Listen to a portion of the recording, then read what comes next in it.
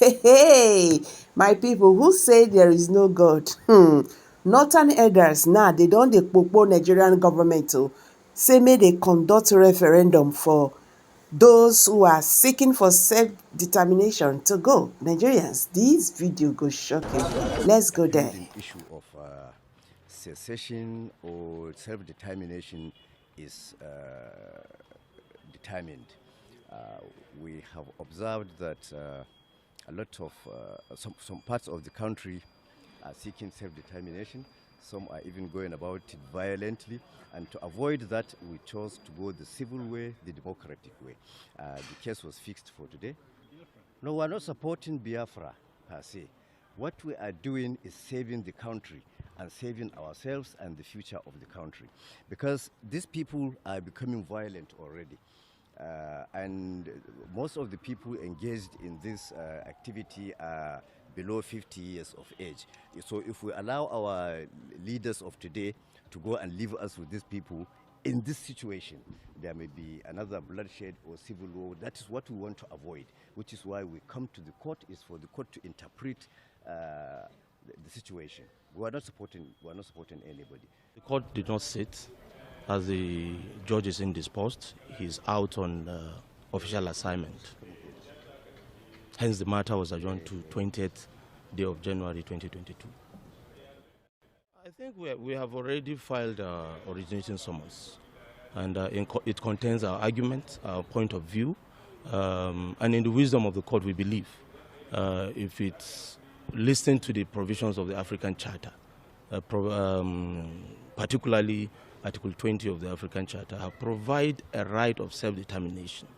And Nigeria being a signatory to that charter, having ratified the provisions of the charter under our laws by the National Assembly, it becomes law, also operative in Nigeria as a member state. It's because of that we felt, as our clients approach us, that they want to seek for a solution to this issue. We say, no, the solution is already there. Only that perhaps the actors have not averted their mind to that. The first thing to do in any civil society is to approach civil remedies first. Try to invoke the provisions of the charter. If for whatever reason people still have grievances, they resort to other means. But since there is a charter and Article 20 have allowed for any part of any country to seek for self-determination, we felt the right thing to do is to approach the court to interpret that particular provisions of the law. That's why we are coming under the originating summons, to interpret the provisions of the law and give effect to it. That is why, as the plaintiff, one of the plaintiffs is saying, we try to, we have a motion on notice. We decided not to come expected because we want all parties to respond to the motion on notice, seeking injunction to restrain the National Assembly from taking further steps with respect to this issue of a constitutional amendment. Because the argument is simple. Some people are saying they are not interested in the country. You are amending constitution to even create states in territories that are trying to say we are not interested in the marriage. So we felt the right thing to do is to ask the National Assembly to stop in the overriding interest of the country to address this issue. The issue of self-determination is not an issue of opinion. It's the general view of the people concerned. Everyone is a stakeholder, most especially in the areas that are interested in self-determination, you know, having their own country. Each and every adult member has a right to vote as to where his opinion lies. Because we keep having counter arguments, some saying we want to go, some saying no, we need presidency, some saying no, we want to stay, we are not part of this. The best way to get a general view on the matter is to allow people to express their rights under the law. Under the Constitution of Nigeria, there is no provisions to the best of our knowledge that allow for self-determination. But since Nigeria is a signatory is a member of the African Union, and then the African Charter is also binding by virtue of ratification, then we have no option than to seek that. That is the only legal remedy available to the best of our knowledge. I am a party seeking to be joined, so I'm talking to you not in capacity of counsel, even though I'm a lawyer, but as a leader. And our leader is Chief Chuks Muama, SAN, Ochia Orifite, who is unavoidably absent. So I speak in that capacity to say that today we came to ensure that we are joined as a party in the suit. Regrettably, the court did not sit. The matter has been adjourned to January. Why are we seeking to be joined? If a man is comfortably living in a house and somebody sues a third party to eject that man, it just behoves on that man a duty to apply to be joined so that he will be heard. And for us, we know that the African Charter of Human and People's Rights has adequate provisions on self-determination. And when we join, we shall be seeking appropriate remedies to activate that section, which is binding on Nigeria, in order to ensure that a referendum is conducted. All we need to do is to amend the relevant laws. So we seek judicial order for that purpose. But ultimately, when we get to that bridge, we'll now file our counterclaim and seek proper reliefs.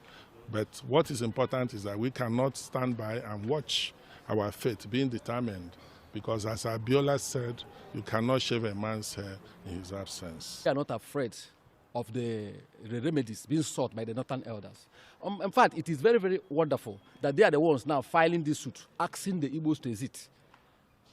Our worry is that they didn't join us, because when you want to make an application that affects a certain group of people, especially as a crucial, sensitive matter of this nature, you ought to join those people whom that kind of decision will affect, either positively or negatively. And that's the reason why we, my clients, are determined to be joined in this suit in order for the court to hear them.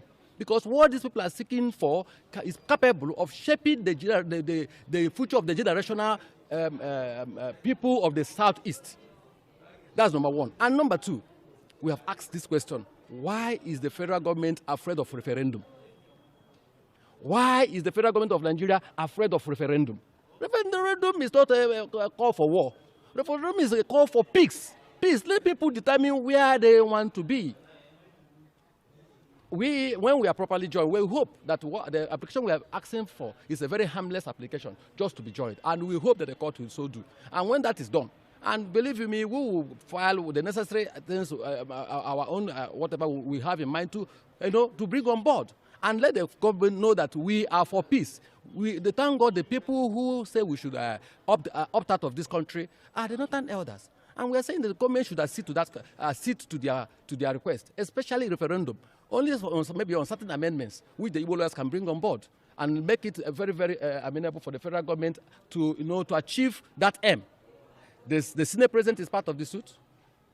The Speaker is a part of the suit. The National Assembly is a part of the suit. And the Attorney General of the Federation, very important, very, very important, is part of the suit. So they have the capability of persuading the National Assembly to do the needful. And you can see, let me say, this suit is capable of bringing peace to this country. This suit is capable of lowering the tension. You can see the killing going around the country. There's killing in the southeast, there's killing in the south, there's killing in the southwest, killing all over the country. This suit is capable of, bringing the desired peace that this country desires. When people have come together and say, let's reason together, let's see how we can cohabit together. Let's see how look. This suit is not automatically saying that the Southeast must leave this country. I must.